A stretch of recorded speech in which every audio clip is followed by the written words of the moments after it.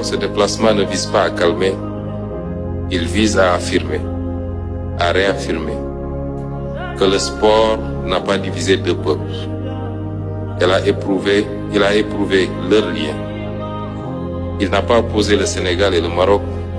Il a mis à l'épreuve l'intensité de deux passions nationales dans un espace commun.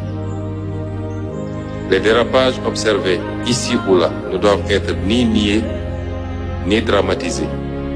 Ils doivent être requalifiés comme des excès émotionnels produits par la ferveur et non comme des fractures politiques ou culturelles.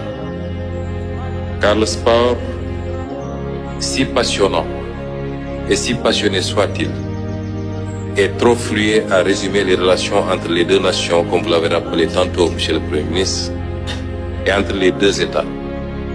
Relations faites de l'ancienneté des liens humains, spirituels, économiques et culturels, que vous avez rappelé tantôt. De la circulation historique des personnes, des savoirs, des confréries, des étudiants, des entrepreneurs. De la confiance politique, bâtie dans la durée, au-delà des alternances et des conjonctures. Un lien entre État et peuple qui survit aux événements, parce qu'il est enraciné dans l'histoire partagée. Ce voyage donc, Excellence Monsieur le Premier ministre, sous le sceau de la 15e session de la commission mixte, n'est pas un voyage d'apaisement. Est-ce d'ailleurs réellement nécessaire si l'amitié sénégalo-marocaine est ce qu'il se dit?